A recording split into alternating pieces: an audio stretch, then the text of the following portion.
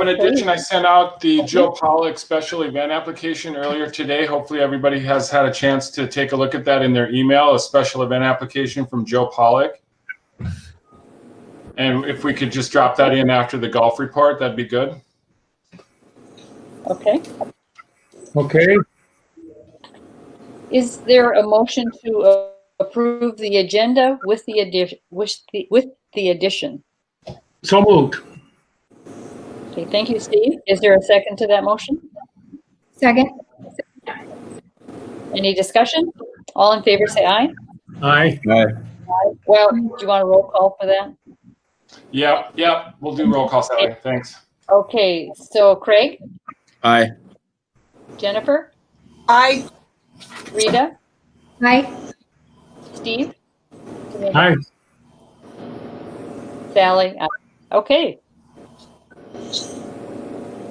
The minutes from May 5th and May 19th. Hopefully you had a chance to read through them. Does anyone have any corrections on those minutes? Is there a motion to approve them as written? I motion to approve them as written. Thank you, Rita. Is there a second? I'll second. Thanks, Jennifer. Any discussion? Okay, we'll do a roll call vote. Craig?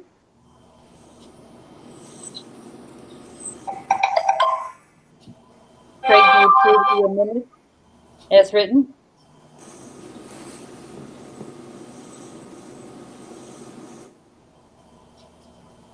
Jennifer? Aye. Thank you. Rita? Aye. Steve? Aye. And I approve them as well. And Craig, going back to you, do you approve the minutes as written?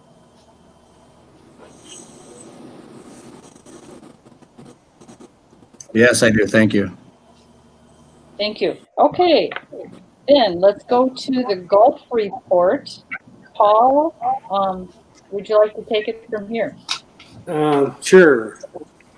I guess as far as the condition of the course, it's really great. We're getting a lot of really good comments. Our greens came through in good shape, and then it's just been getting better and better. So we're like in really good shape right now. As far as our revenues, looking at what we did compared to last year, we're actually up from last year. Steve had asked about membership. We actually are up in membership too. And my observation is that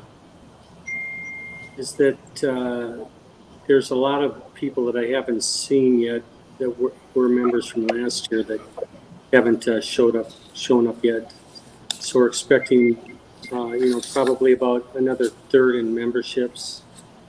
And then the interesting thing is, like, our daily rounds of golf are way up, like 56% from last year. So that's pretty neat. And that's what I'm seeing too. I'm seeing a lot of different people come and play the course that I had not seen before. And they're using the we've got that program that's it's a promotion through the 14th.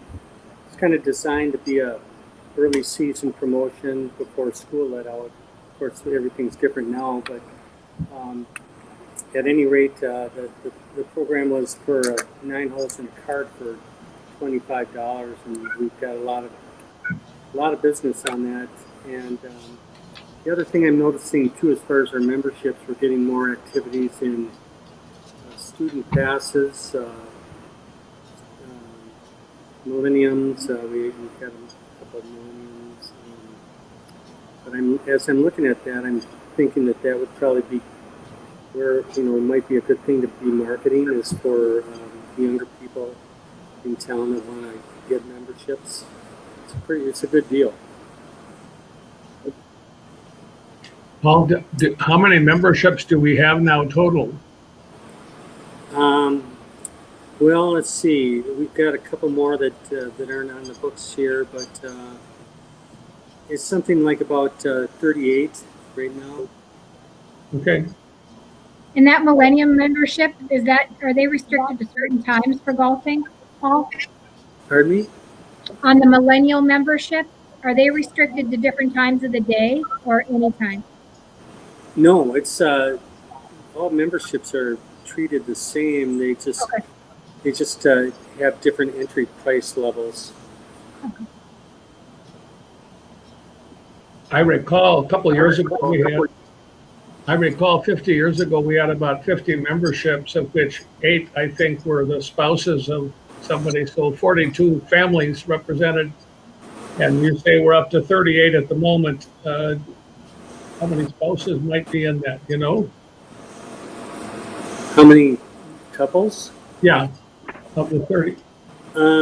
Well, in our couple membership, we've just got a few of those. I think it's 3. Okay. And, well, I'm thinking family memberships. Yeah, we've got, that's not the big part of our membership. Our membership is, single membership is the biggest. And, Okay. Thank you. yep. Are there any other golf-related questions? I have one comment, or maybe it's a question. You may recall that the county agreed to put up 4 signs for us directing people to the golf course, a little golfer figure and an arrow. And I've seen 3 of them. I don't remember where the 4th one went up. Has anybody? The ones I've seen are at the top of 5th Avenue, where it meets the Gunflint Trail, and on County Road 7, it shows you should turn left to go up the hill on 5th Avenue. And there's one at the junction of County Road 7 and the Gunflint Trail on the east end. I forget where the 4th one went. Has anybody seen it yet?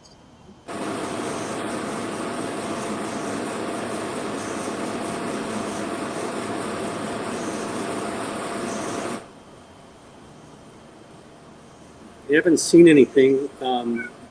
We've got a few comments on people that had noticed a sign and gave positive comments on that.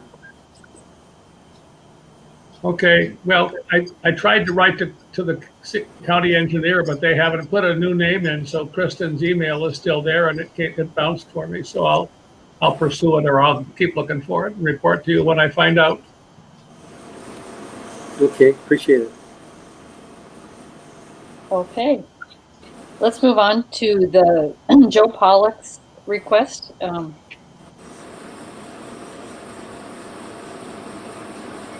Yeah, so this came in very last minute. Apologies there, where you probably saw that forwarded email from Joe. He's been out camping the last week or so, but a very straightforward special event application for, really a series of events down in Harbor Park. Joe Pollock, local musician, is taking advantage of what we call busking in Harbor Park. And for a number of years, there was the Grand Marais Music Collaborative had a license or a blanket permit for this, and they were operating under a blanket peddler's permit where their musicians were able to play in Harbor Park with the case open and accepting donations. It sounds like Joe's into going it alone this year. I'm not sure where the Grand Marais Music Collaborative is in all this, but Joe's taken it upon himself to submit this application, requesting use of Harbor Park for a series of dates throughout the summer, approximately 40 dates. Or wait, estimated number of people, 40 or so, but there's a separate attachment showing the dates. They look like a lot of Fridays, Saturdays starting this June 20th, running through October 3rd, weather dependent. And so a very simple request for use of space, use of Harbor Park.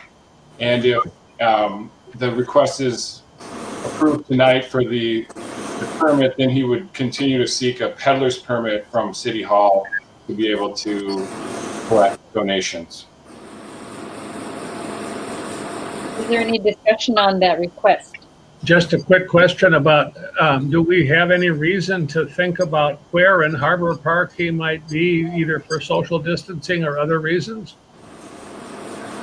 I'm sure Joe will take that under consideration. In the past, he's taken advantage of that concrete round, sort of where the Christmas tree sets up, right on the kitty corner from what would be the Blue Water and joins Ben Franklin on the east end of the park, where we've got that large opening of concrete where the blue tent typically sets up, is where I've seen Joe perform in the past, and it generally affords plenty of space, plenty of outdoor space. So there's electrical connections very close by there for the Christmas tree, obviously, and so it would be easy to fulfill this without any staff time or any additional expense.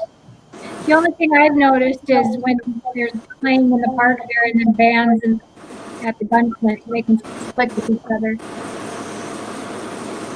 Yeah, I can't imagine that with Joe's style of music. He's principally an acoustic guitarist, and I think these are planned for they are into the PM, looking at 5 to 8 p.m., which is generally right before those tavern bands on the weekends. They usually get going after 8, so it looks like he may have taken that into consideration. That's awesome. Well, I'm hoping that we've already. I've got a question. The dates that he chose, what if a group approached us and wanted to book some dates to do the same thing? Is there any flexibility on this? Craig, it looks like Joe. Yeah, I see Joe's willing to work with other artists where he additional local performers may join me at times. No special facilities required. I think he'd be very flexible and open to that idea. Okay. I'm almost sure all of the major events have canceled. Like the picnic and anything that would be conflicting. But I'm sure Joe would be able to accommodate that. It'd be nice to have music down there. Yeah, I agree. It will be very nice. So, Rita, you made a motion to approve his request. Yeah. Move approval. Is there a second to that motion? Okay. Is there any other discussion on Joe's request? Hearing none, we'll do a roll call. Okay. I can hear you, but the voice is getting kind of broken up. I vote yes. Thank you. Jennifer?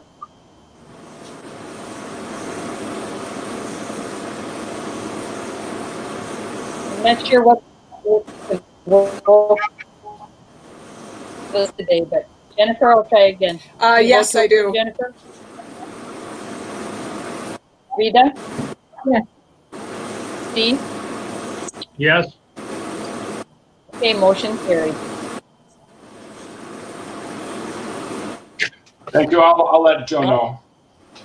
Okay, onto the public water, the Parkside Public Water Access update from the DNR.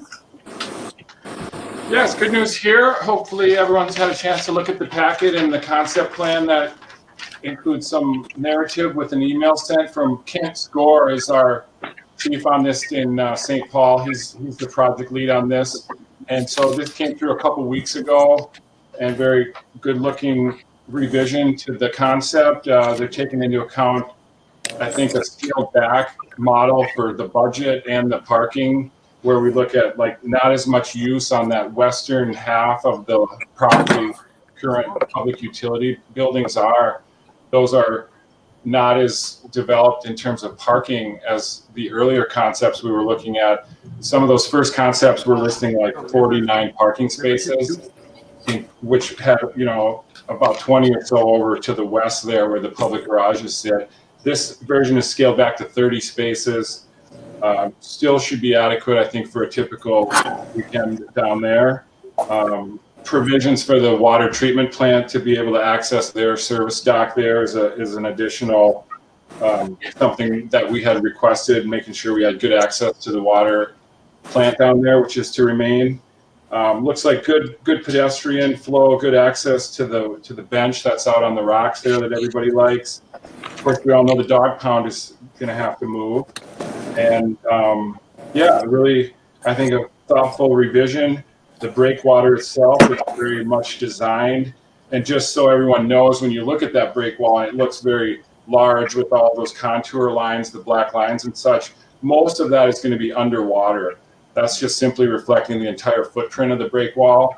And what is going to be visible above the water line is really that top or that center piece of that break wall where you're seeing that there's going to be a parapet bench and then approximately 6 to 8 feet of concrete that'll be visible above the water line. But most of that break wall is under the water line.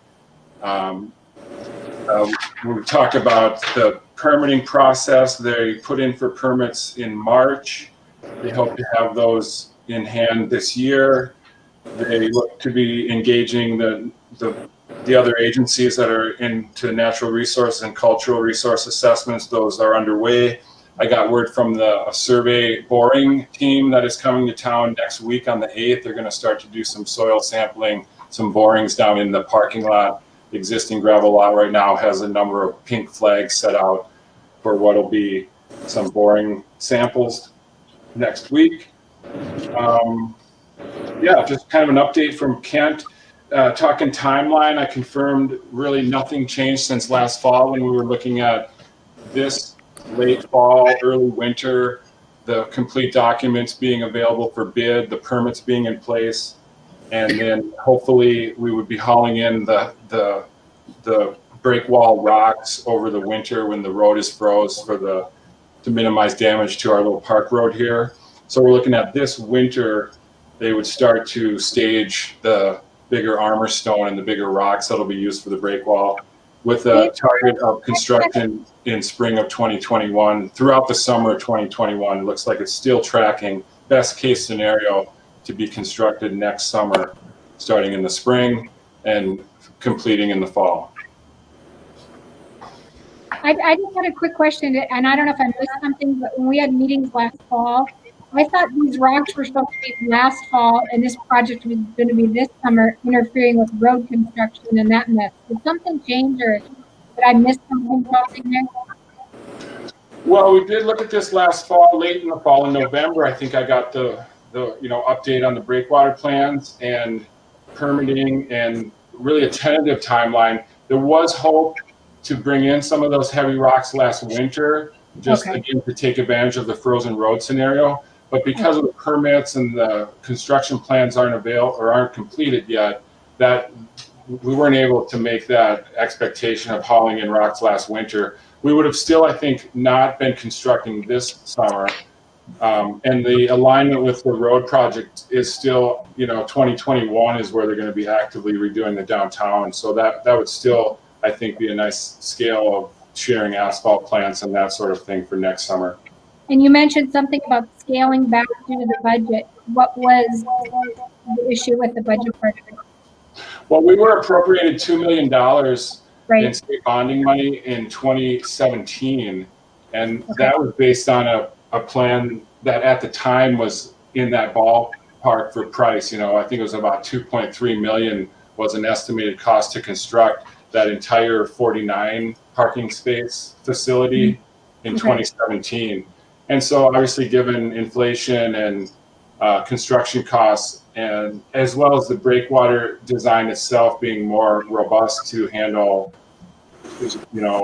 lake levels, record lake levels, in fact, they had to go back and sort of beef up the breakwater design a bit. And so we still don't have a final price. This project hasn't been bid, but the expectation is it's going to consume all of that and then some of the $2 million. Okay, thank you. Is there some hope that at some time in the future we might be able to add those 19 parking places? Yes, that can certainly look like a phase 2 approach, or that once the buildings are gone and the site is, naturalized, that there would just be that available flat space as an overflow scenario. Do you have an idea of how much we saved by not doing those 19 parking spaces? I don't, Steve. Again, I don't have a firm budget on this yet. The plans haven't been bid. Of course, that makes sense. But I just know the DNR is trying to be sensitive to that $2 million. They have suggested they have additional funds through, voter dollar programs for public access to make up or help offset any overages of that $2 million. But as to how much they have, we really don't know, and we won't know until we get some firm bids. Are there other questions on the public water access project? No actions required, is that correct at this point? That's right, Steve. This is just an FYI. Make sure everybody's still on board. Obviously, they're, got the permits in, and as we know more, we'll be continuing to share with this.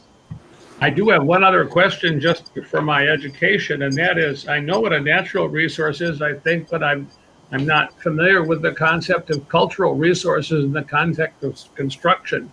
What are we talking about? This would be like the SHPO, the State Historical and Preservation Association, comes in and looks for artifacts, any sort of cultural resources that would be on the land, buried in the land. Worst case scenario would be like human remains, for example. So this is primarily archaeology kind of stuff. Exactly. Okay, thank you. And then there was also an in the water component to this, where last summer they put divers in to survey the floor of the harbor. Has a number of shipwreck artifacts that they wanted to make sure were located. Some old ribbing and a rudder off of the Liberty, I believe, was the ship that sunk in that area. And so they had a survey, a dive team in the water last summer, and identified a number of these sunken artifacts that fortunately are all lying outside of the zone of disturbance for this. So that was a nice report to have available. That was the in the water artifacts that have been cataloged and apparently are not in the way of this project. So now they're just working on the land side component. Is somebody going to pull up those artifacts that are in the lake? No. The intent is to let them lie and for divers to be able to explore them. And, we could interpret them. We would hope to, establish some kind of a plaque or a kiosk that would explain these as they're very near the structures, but not in the zone of disturbance. But as working with the Historical Society, I think there's a good opportunity here to create some education and interpretation of those artifacts. Thank you.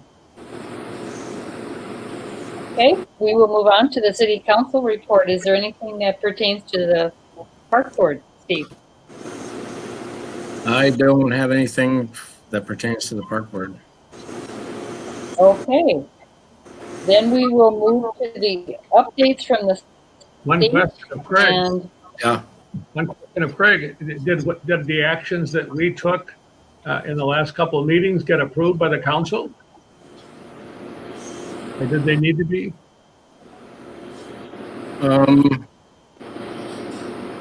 Last meeting we didn't talk about. Well, we had a park board meeting right after that meeting when I was on my cell phone, right? Yeah.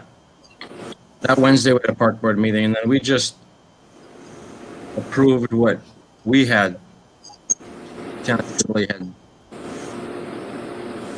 done at the park board meeting. Thank you. We approved that last motion. I think we had 3 or 4 different motions that meeting. But yeah, that's all. That was 2 weeks ago. on the scenarios that are listed, Dave, do you want to do any kind of an overview of them in terms of staff, possibilities, challenges of each? Or could you do that? Sure, Sally, you bet. Yeah, just to bring everybody up to speed now that it's June 2nd and the governor has relaxed some of the restrictions as of yesterday on a lot of businesses, restaurants, bars, campgrounds. Developed campgrounds are allowed to be in operation now as of yesterday, provided they meet the guidelines. And a lot of campgrounds are opening. 2 Harbors, I believe, is open already. And we are feeling confident in our ability to open for self-contained nightly guests. This was kind of the light bulb moment on finding out from the Department of Health that we really have 2 different sites down here. And we see this on our license. We have independent sites that feature full hookup sewers, and they're able to host self-contained RVs that have their own bathing facilities. So those are known as independent sites. Those sites do not require a bathhouse, which is, I think, a big change from what we were looking at 2 weeks ago when it was sort of that blanket, if you open for overnight, you have to open bathhouses. And that, not so much. If you are in independent, self-contained sites, you need not open a bathhouse. I think we strongly recommend that option as soon as we can, getting open for those overnight guests that do not require a bathhouse. They're self-contained, very low risk, minimal contact with those guests. We'll continue to keep the office closed for inside service, but we can service them on the phone or through the front porch. So the idea of opening as soon as possible for self-contained overnight guests is very appealing. We've got a huge demand for that. We do have guests lined up for June 4th. And with the motion tonight, we can begin to operate as such. Of course, the city council meets tomorrow night. They'll have a chance to weigh in, but I've been led to believe that it's really the park board's decision here as far as opening or not. And so what we decide tonight will, I'm sure, be respected by council and discussed, but unlikely to be overruled. And then the second option, continue to target June 15th as our date for overnighters and bathhouses. I'm a believer in. I think it's important to get open for our guests. There's just, I can just hear it in their voices. They want to be here. They need to be here. And we do have the list from the state as far as guidelines to open and operate safely. We've been working on that for over a week now. We've got a working draft of our preparedness plan. We've already reached out to our vendors concerning some of the changes in the bathhouse as far as covering up the hand dryers and replacing them with towel dispensers. That's all feasible and easy to do over the next week or two if the decision is made to continue to target June 15th to open bathhouses and dependent sites. Those would be for tenters, pop-up campers that don't have bathing facilities, sort of the other half of our sites. The only other consideration here then I think is this idea of a self-quarantining or socially isolating that we've asked of our seasonals during the month of May. I think, once we open up for nightlies and with the influx of June monthlies, it would be prudent to lift that request or that requirement that our guests keep to themselves. But yeah, we've been working very hard on the list from the state to get open, and I believe we can meet all of the requirements by June 15th. In all the bathhouses, or are you thinking about opening just ones in the area with the ones that are dependent on the bathhouses? Yeah, that's a really good point. Rita. You caught that about independent neighborhoods, like in the east side here by the office. We have little old bathhouse 2 that is a beauty, but it's small and it's superfluous to the operation. It serves independent sites, and I would recommend, or internally, if the decision's made to go for the bathhouses, I see no need to open bathhouse 2. I don't know. Yeah, so there's bathhouse 1 very nearby, over by just above the marina, that would service the marina guests, as well as any of the seasonal guests in this neighborhood that are interested in a bathhouse. We would still have bathhouse 1 very nearby. And They're then out close west, together. yeah, and then out west we've got bathhouse 3 and 4. They're very set up for overnight. That's how we run them every year. They get busy. I think we're going to have to look at restricted numbers inside. We don't have a police at the door, but we definitely can go for the signage that suggests 3 people per bathhouse.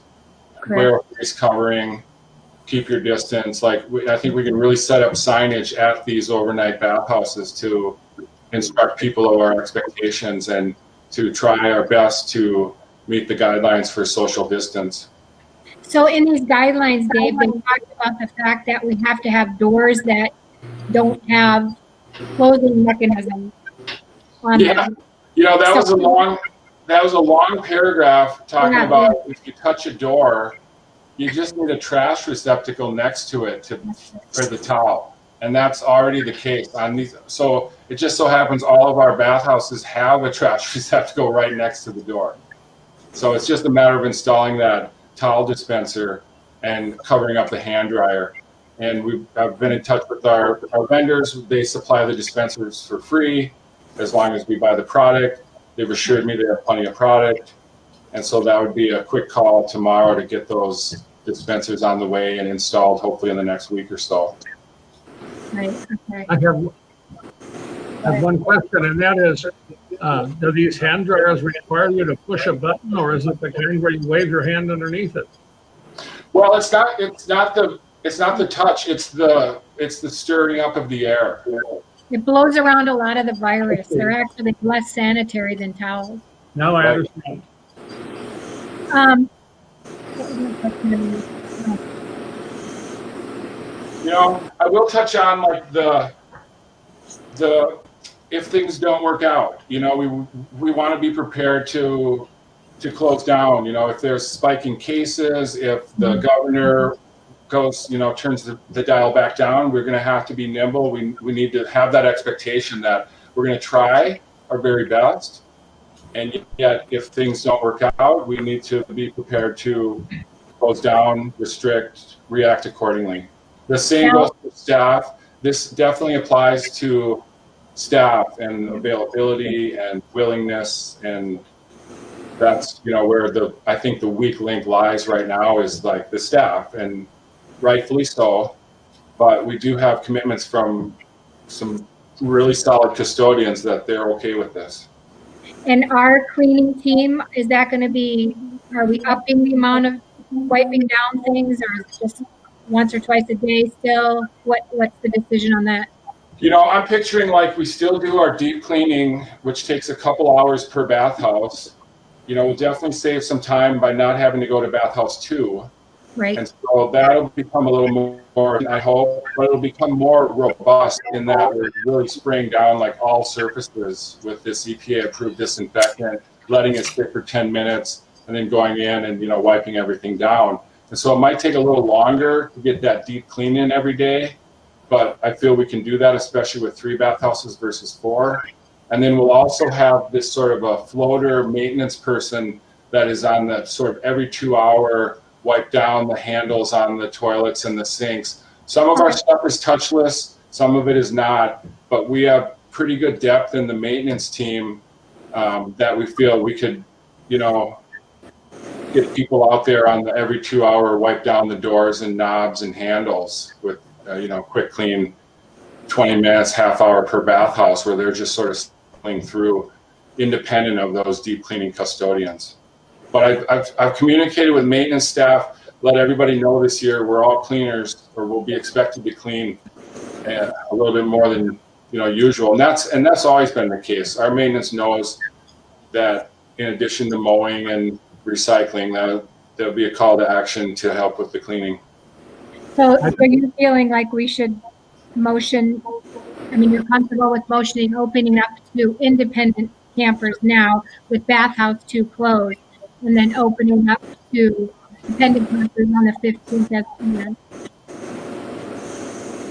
Yes, Rita. I mean, definitely, I see no reason not to get going for nightly, overnight, self-contained. Yeah, I as agree. soon as Thursday, and then to continue to work these bathhouses to our you know, to the requirements to get the towels in, to get the signages up, you know, make any sort of structural changes necessary, taking out the urinal right next to you, for example, and then still continue to target that date of the 15th for bathhouse.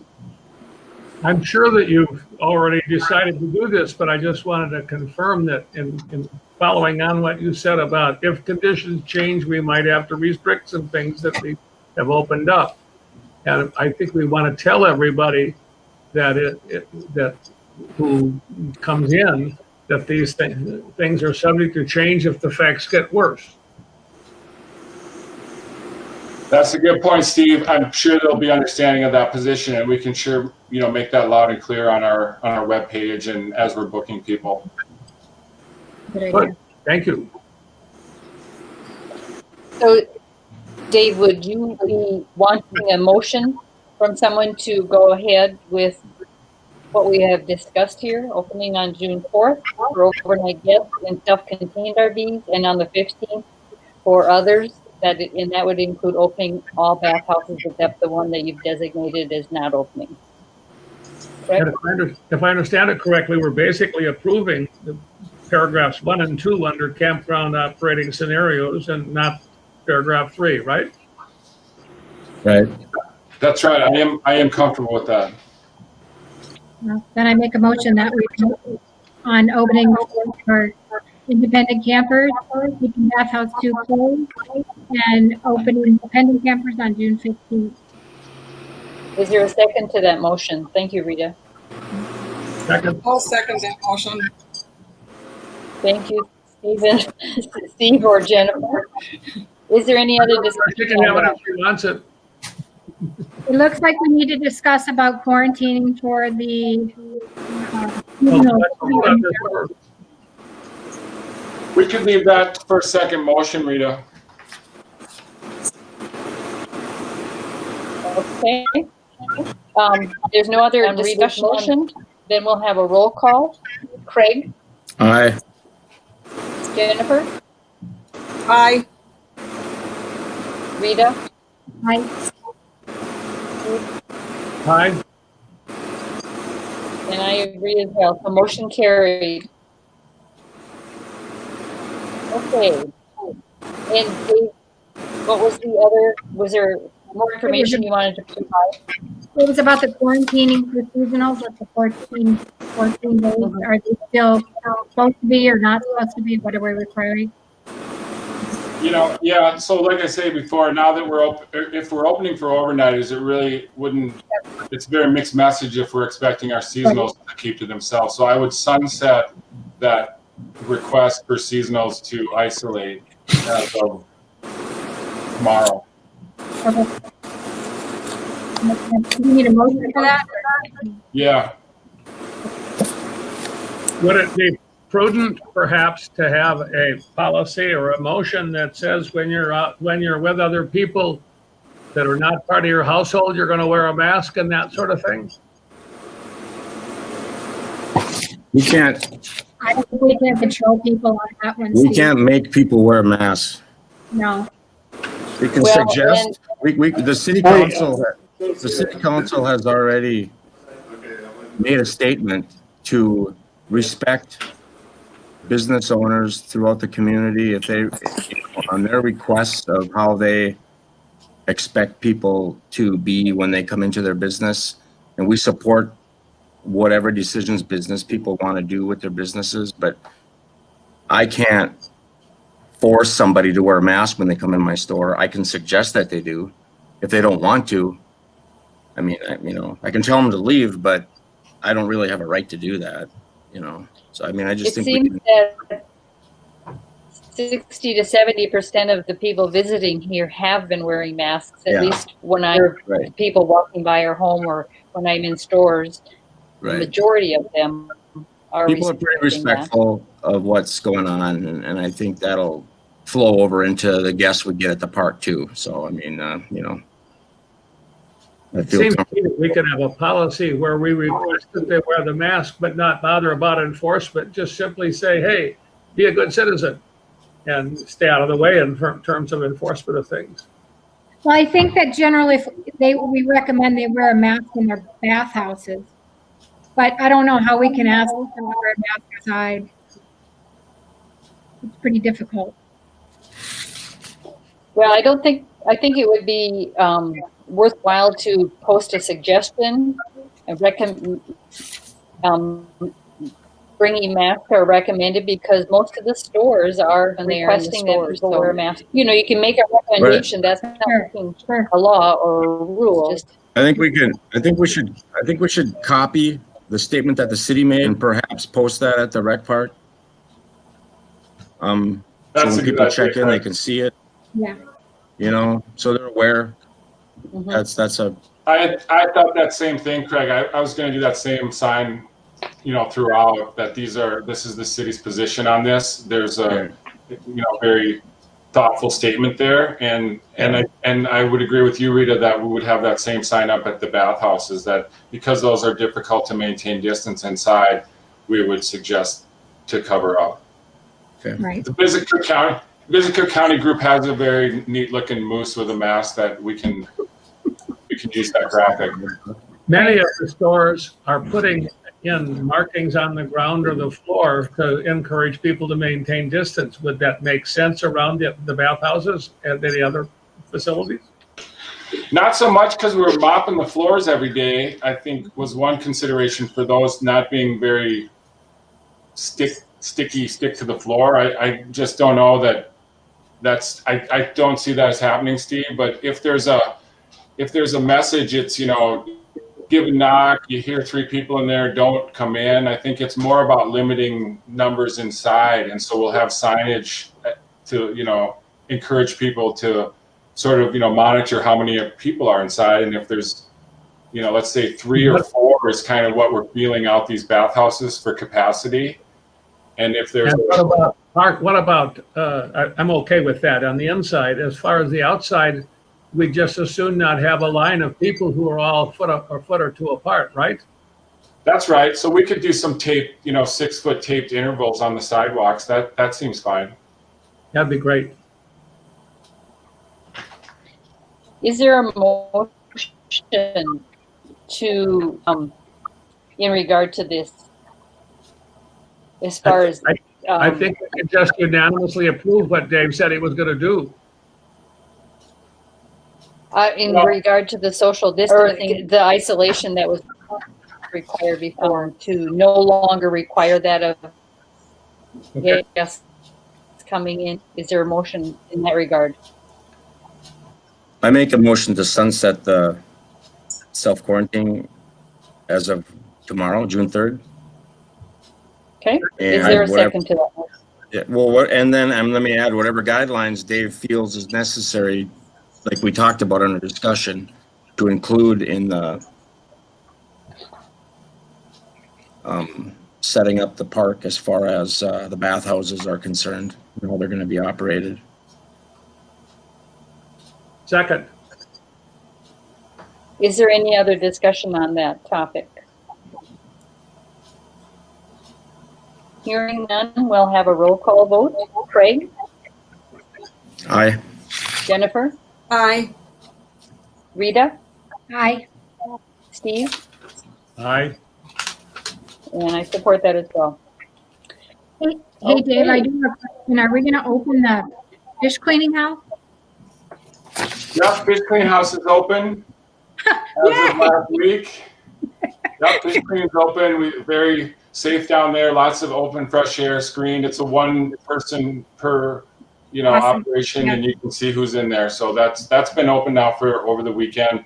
The dump station is also open out west, as we have a bit of a demand. A lot of up the trail campgrounds are opening, and so people are inquiring about the dump. That is available now. Yep, we're slowly dialing up. I have a question. Because I'm a member of the yacht club, I noticed that those docks are still stored in the location. And I don't know if, Dave, you're associate member, correct? That's And right. there's discussion of getting those in the water possibly this weekend on Saturday, but we need to use Thorson's loader and Roger to do this, and they may have a conflict with hauling concrete to the intersection in town that they're working on. So, and the other problem we're having is there's a few people that aren't going to be putting their boats in this summer. So, manpower is going to be an issue. But now that the park has decided what they want to do here, I think I can maybe put some urgency on, quite frankly, getting those in the water and out of the way of the park. Not that they're totally in the way right now, but I think they need to be moved.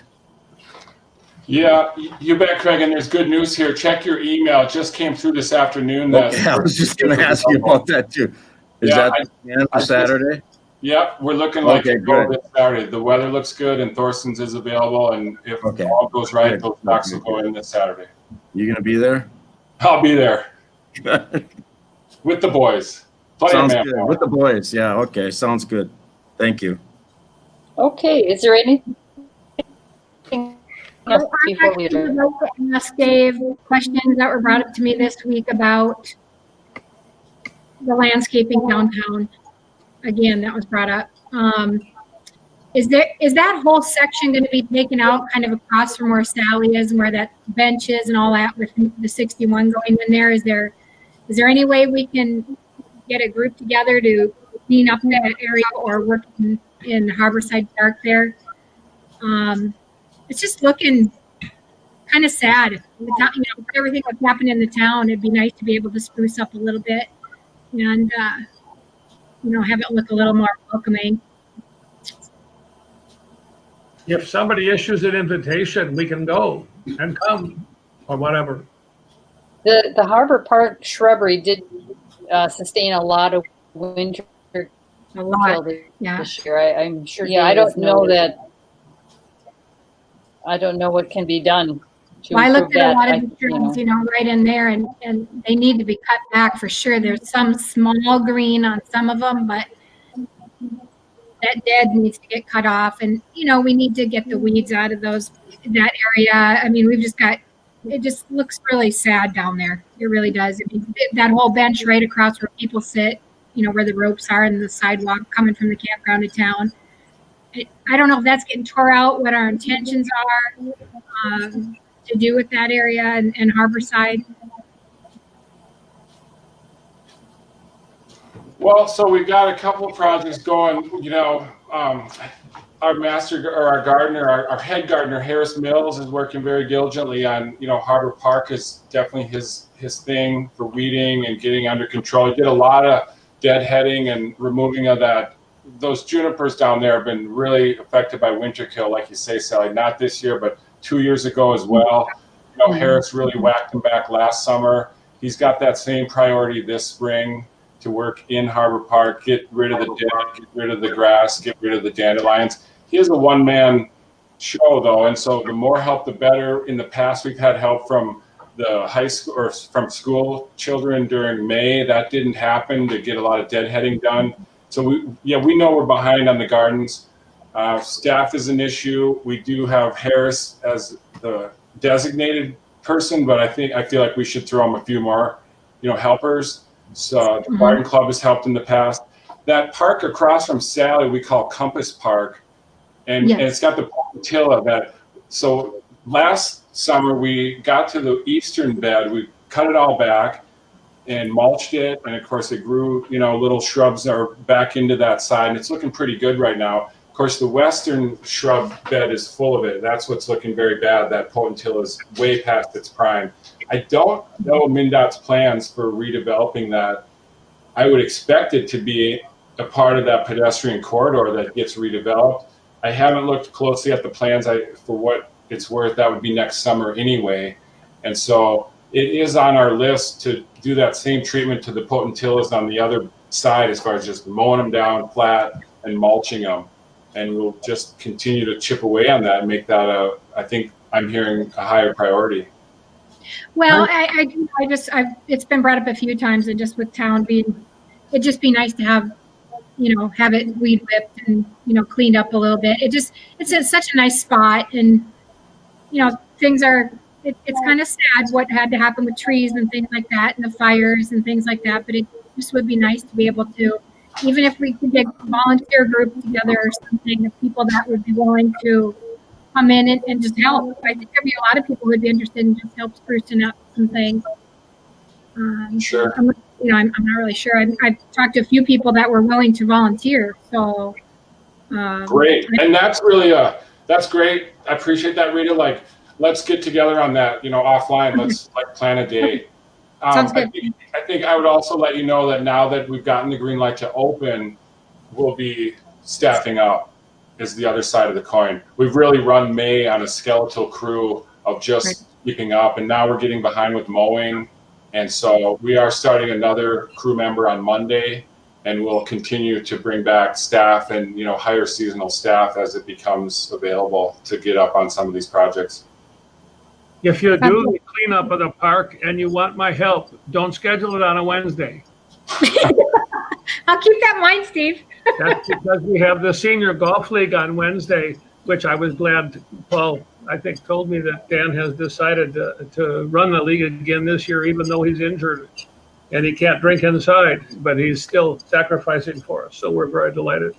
Well, then what I'm hearing is you'll help any day but Wednesday. So that sounds good. I'll sign you up. Yes. There's one more comment in this scope of downtown, and it's the picnic tables and public trash cans. You know, with restaurants being closed for indoor dining and everything going out into go boxes, you probably all saw the mess over Memorial Day weekend. We were really taken by storm as far as pizza boxes and sandwich boxes. And so we've been working with Lenny in the street department on getting all the green cans out. We put out several more picnic tables into Harbor Park last week before the weekend to facilitate this outdoor dining trend. But it's definitely a city council discussion, I think, is what I've been told, as to our ability to service and maintain additional garbage cans and additional amenities that are serving the private businesses, particularly restaurants. And so, you know, we're just trying to do the best we can right now. And we put out additional picnic tables. I don't believe we put out additional trash cans, and we're trying to monitor the situation, seeing what we have out there is enough. But there was also a bit of a backlog of, let's say, local household trash that was being stored in hopes that the green cans would go out, and then suddenly the green cans came out, and what do you know, there's big bags of our neighbors' trash in them. So street department is principally in charge of those green cans and the trash, and they're being proactive in trying to deal with the influx of restaurant trash. So you're not going to put up a security camera, though, to prevent the people from dumping stuff? I'm not. Okay. Is there a motion to adjourn in order? Well, I'm just asking if there's anything else before we adjourn. That's all I have. Okay, hearing none, then let's adjourn. Thank you, everybody. Bye. Take care. Thank you. Thank you all.